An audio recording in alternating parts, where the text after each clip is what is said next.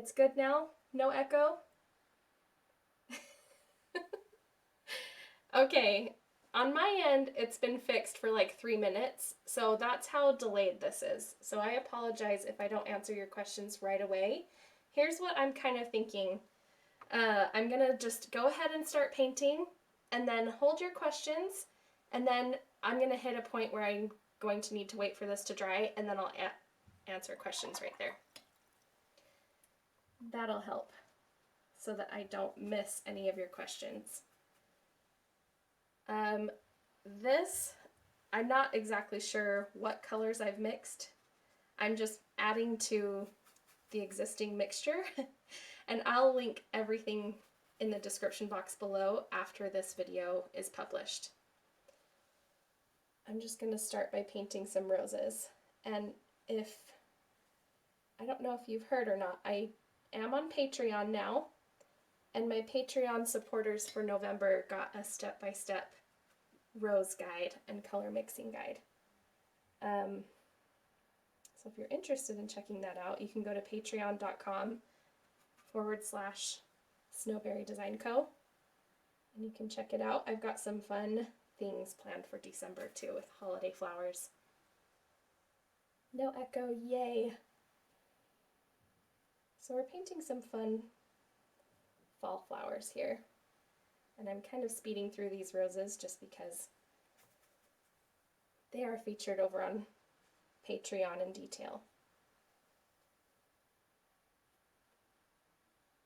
Okay.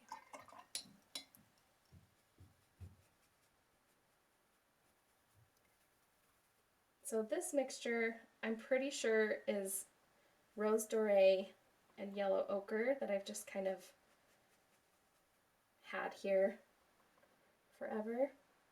So one tip with overlapping flowers, here's tip number one.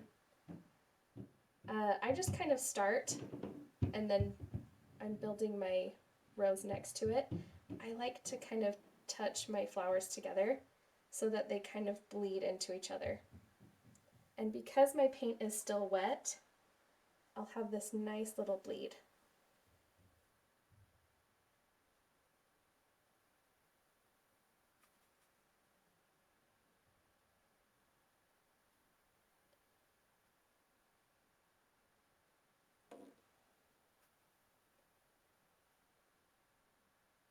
So if you want to know the colors on my palette, I have them all listed on my Amazon page. If you go there, I'll leave a link down in the description box below, or if you go to any of my other YouTube videos, there's a link in the description box. But there's a board called What's on My Palette, and I have everything listed there. I've kind of been collecting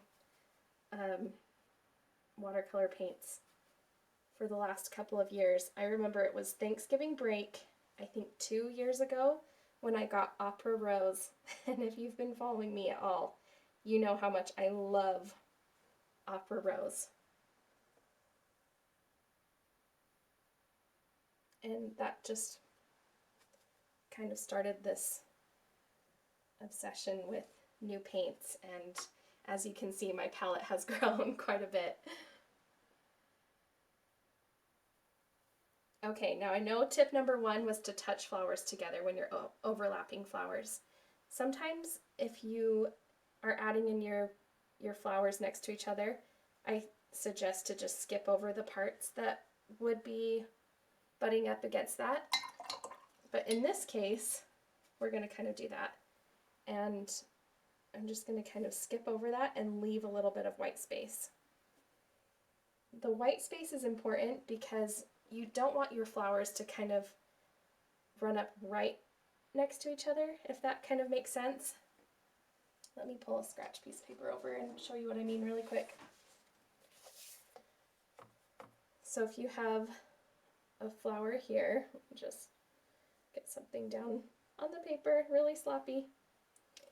Okay, if you're adding something in, you don't want something that's right up next to that. That looks like you kind of outlined the side, because it doesn't look as natural, I don't think. I mean, it's personal preference probably, but I like to leave a little bit of white space. So this palette is not the glass one. This is the Silver Nano, I think, and I really like this palette. I love the Bulletproof one though. It's by the same brand, Magello, I think is how you pronounce it.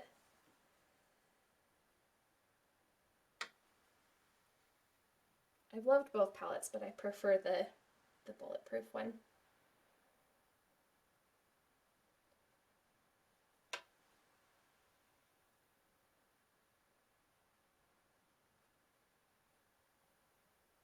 Thank you for joining me tonight, by the way.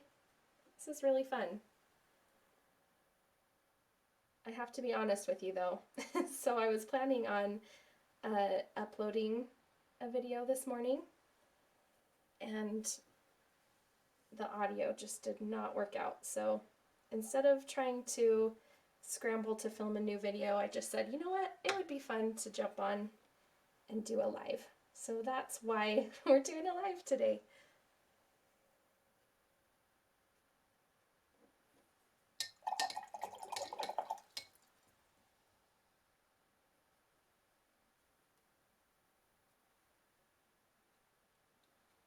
I love when the colors just kind of do their own thing on the palette. It's so fun. Okay, I'm gonna mix kind of a, this is my Brilliant Orange by Holbein. I'm mixing that in with my Quinacridone Rose by Engram. I'm trying to create kind of like a deep coral.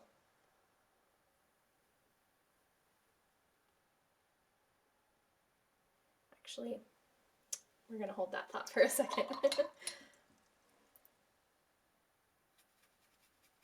I don't know if you can see this. I'm mixing, I'll pull it over here. This is Raw Umber Violet.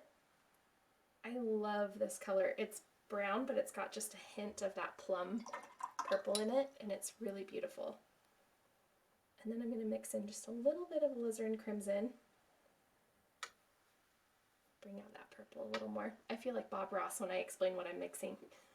Especially when I say alizarin crimson, because I think that's one of the colors he uses a lot.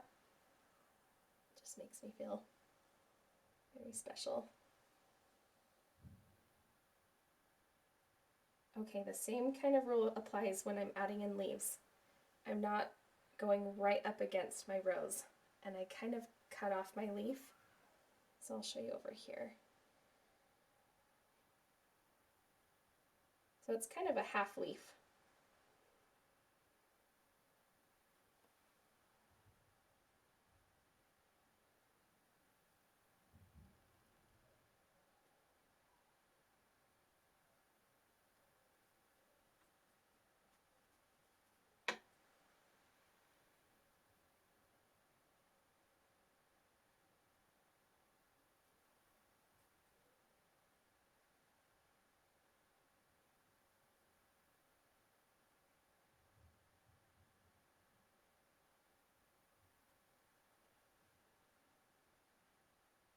Okay.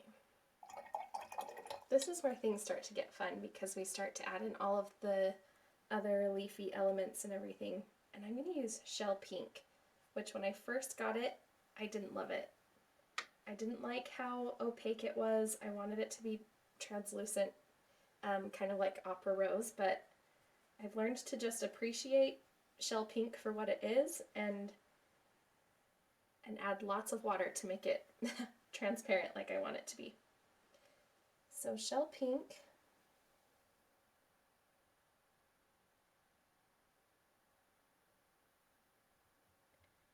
I want it to be a little more pink, so I'm going to add in some Brilliant Pink. Both of these are both by Holbein, by the way.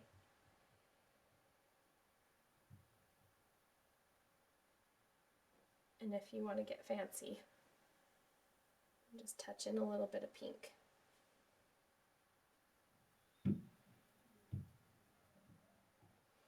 Sorry, Opera Rose.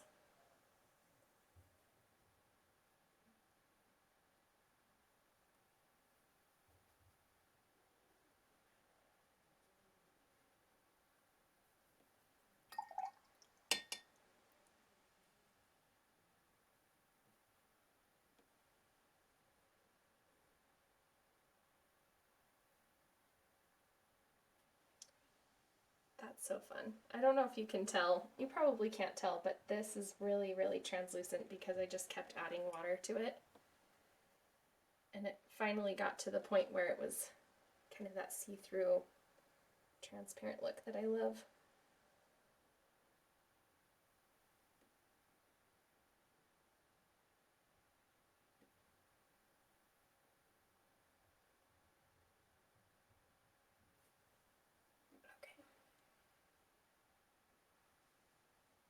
All right, we're going to pause for just a second and I will answer some of your questions because we want to wait for some of these leaves to dry before I go over with that deep coral. So if you have any questions, we're taking a little tiny break to answer a few.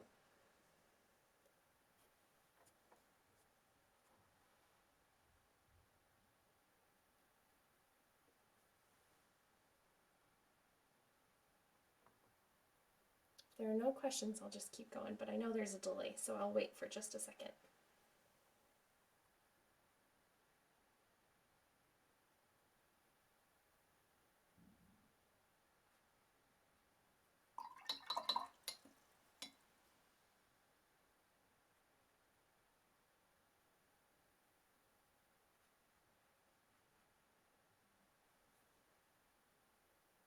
Hi, Lisa.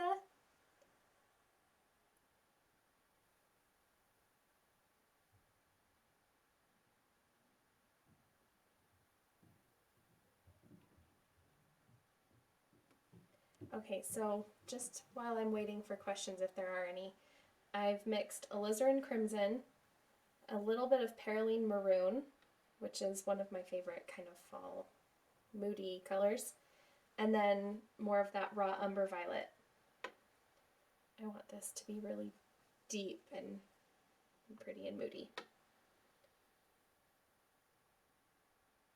Which brushes would you recommend for starters? I would recommend the brush I'm using. Either an 8 or a 10 round. Honestly, I have a jar full of brushes that I never ever use because I always use this one. And I'm going to be using my size 0 round brush. So I would just recommend you get a couple different sizes of round brushes and start there. I don't think you'll need many more.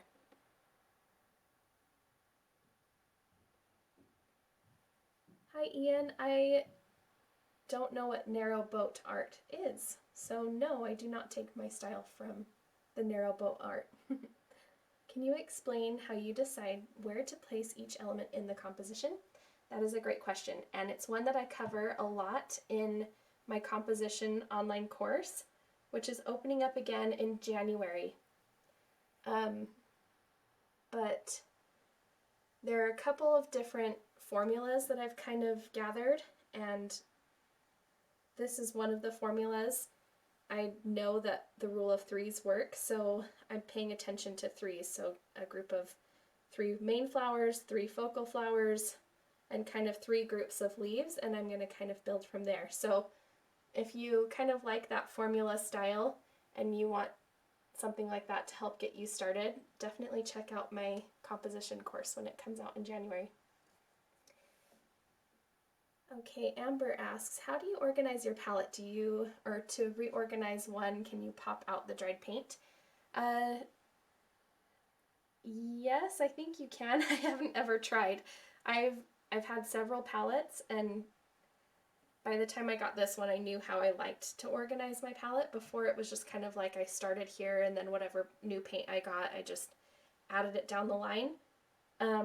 But now I like to have kind of my warm colors on one side and my cool colors on one side. That's just how I prefer to do it, but everybody is different. All right, I'm going to keep moving on now that my roses have dried, and I'm going to add that dark, deep color right here to add a little bit more depth. I'm just going to go right over the top of my roses. I did a YouTube video on how to add depth a few weeks ago, so I'll link that down below as well if you want a few more tips on how to do this.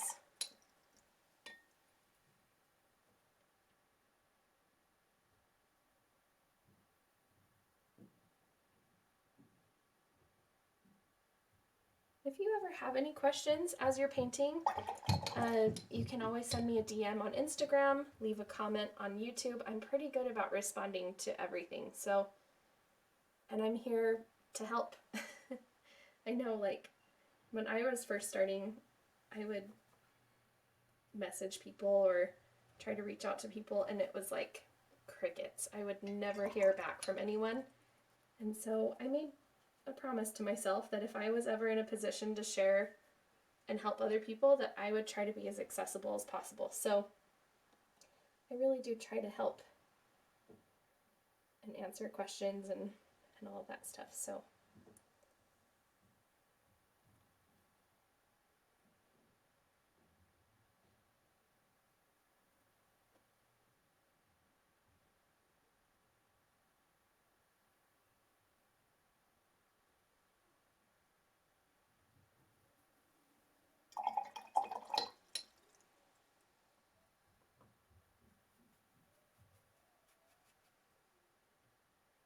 if you were to invest in like any color for flowers, number one, opera rose, because it mixes really, really beautiful with a lot of colors. The other one, rose doré. I love this color. I bought it and then used it for a minute and forgot about it, but I've rediscovered it and it's just beautiful. It's kind of this soft corally red and it's so pretty. I love it.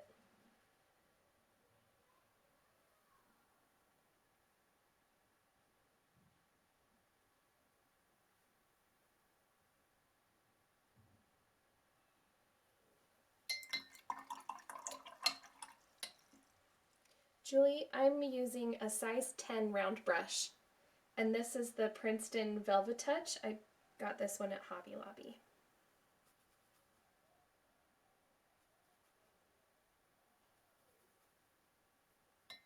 So I'm kind of remixing that coral again. Emgram, Quinacridone Rose, Scarlet Lake, and Brilliant Orange.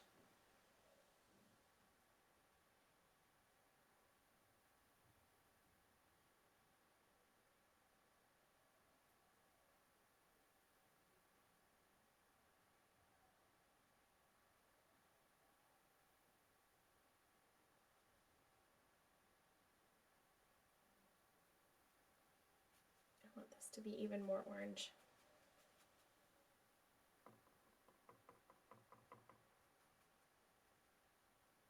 Adding in isoindolin yellow.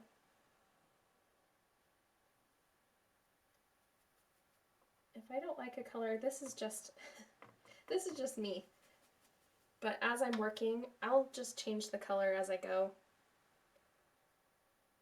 if I don't like a color.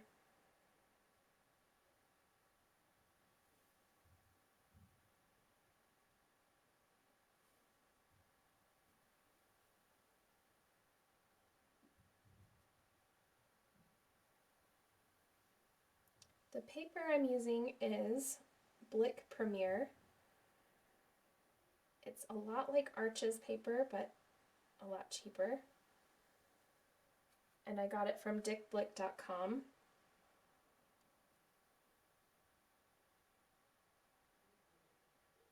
It's a cold press watercolor block.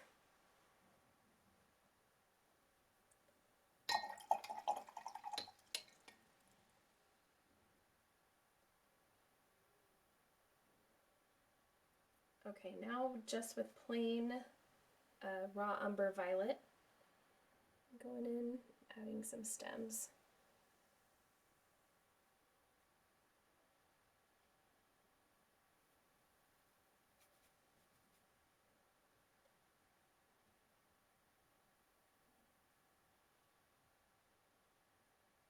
And here's another tip with overlapping flowers. If you're adding dark details over the top, you can just go right over the top of what you've already painted.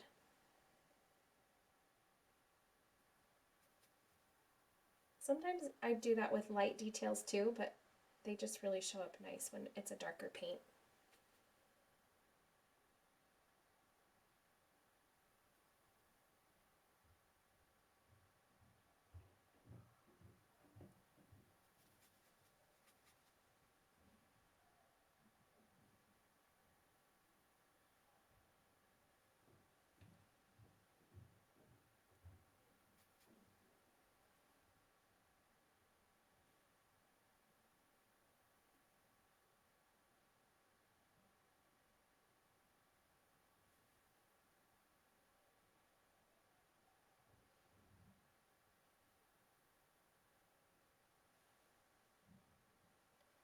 Okay, now I've got this kind of like awkward space in the center. So let me show you my little hack for that. Oh dear, what did I just do? Sorry, I'm gonna use it. This is my raw umber violet mixed in, but it kind of created like a fun mauve-y.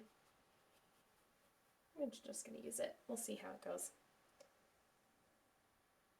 Not my fave.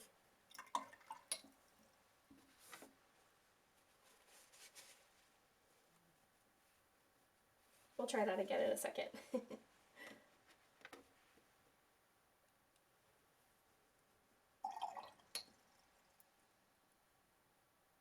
Alright, so while I'm waiting for this little spot to dry, before I go over that again, I'm going to add some detail lines.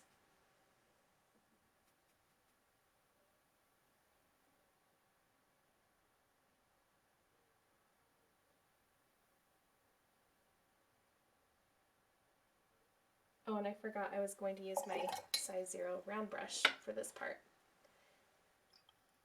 You can change brushes if that's easier, or you can do what I was doing and just kind of be careful about how much pressure you're putting down.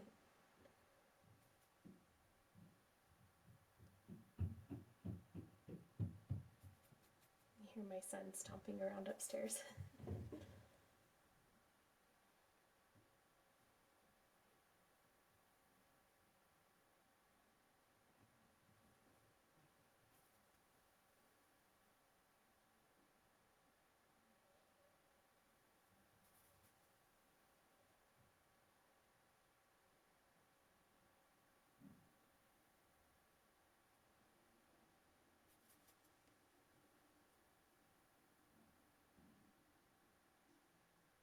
I know it's quiet to you guys, but I'm listening to Christmas music on my AirPods.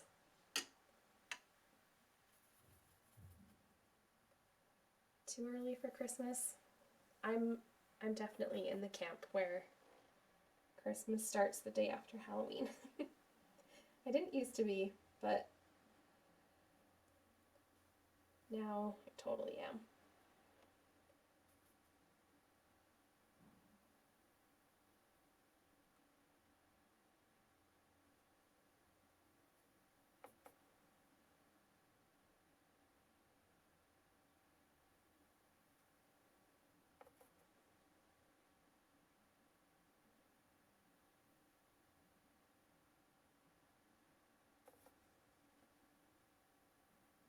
Ooh, shaky hand.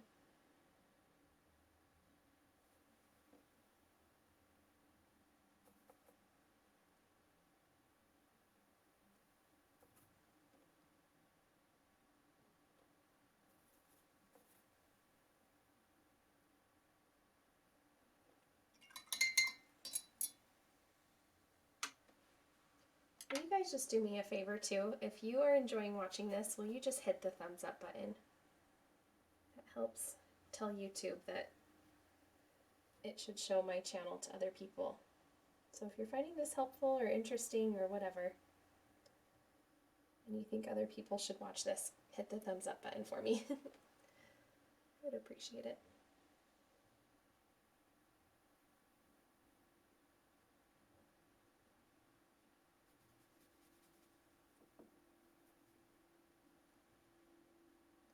Okay, I am almost done. So if I missed one of your questions, go ahead and type that in, and I'll stick around and answer some more questions while I'm finishing this up.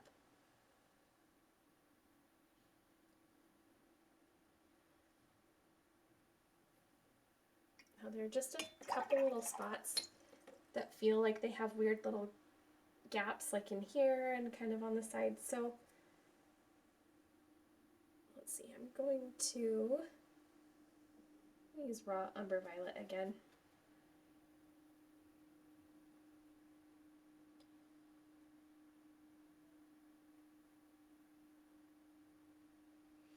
Actually, I'm gonna do something crazy and use black.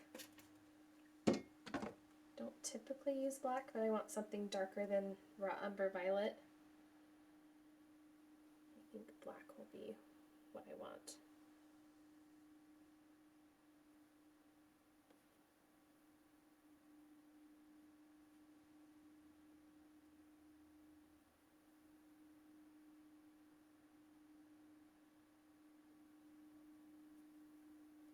So yeah, whenever there's like a weird, awkward space, I kind of just add dots. And I know that's not something that everyone likes to do, but then I just kind of scatter them other places so they don't look super lonely. Really simple solution, but it works.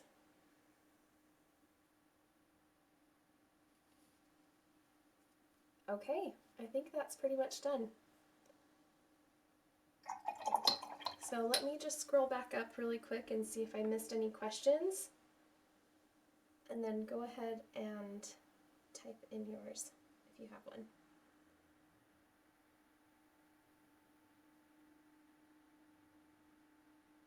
Do you ever use French pointed quill mops? I don't think so. That doesn't sound familiar to me. I'm sorry. Is there a cheat sheet on how to mix 3 to 4 colors? I usually only mix 2 colors, probably out of fear.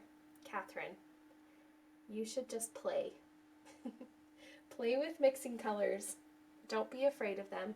They're really fun.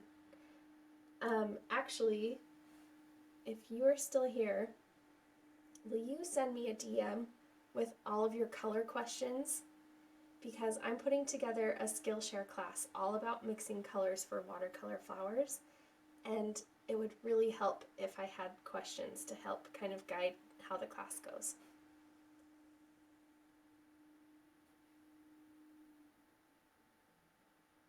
All right, I'm going to stick around for a couple more minutes, but this is pretty much it. Another kind of tip with overlapping flowers while I'm waiting for questions is you really want your focal flowers to be the focus. And while everything kind of has its own personality and brightness and everything, I tried to add a lot of depth to my main flower so that that's where your focus goes first. And that really helps when you're overlapping. If you have another flower, say, it doesn't matter, but if you want one of them to stand out more, just add more depth to that one.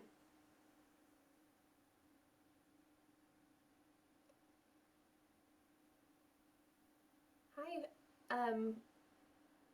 Debbie, I think that's how you say your name. Which class are you referring to? I mentioned a couple.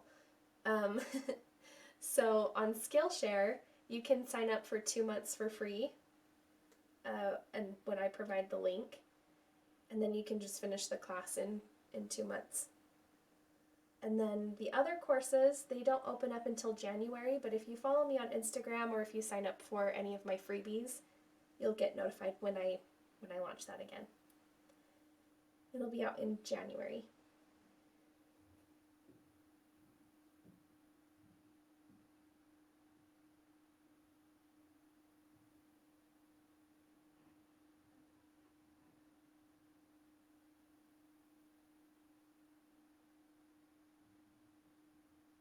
Alright, I'm going to go ahead and end this video. If you have any more questions that I didn't get to, send me a DM over on Instagram. I'm Snowberry Design Co. And then, or you can leave a comment here and I'll try and get back with you. Go ahead and check out my Patreon page too if you're interested. There are a lot of fun things going on over there. Depending on what tier you sign up for, you can get PDF step-by-step guides on how to. In November, I focused on roses. So I gave a step-by-step guide on front-facing roses, side-facing roses, ruffled roses, side-facing. So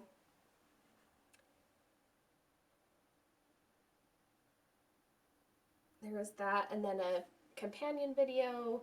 I had a flower pairing guide, so if you are stuck knowing which flowers to pair with your compositions, I have a little cheat sheet for that if you're a Patreon supporter.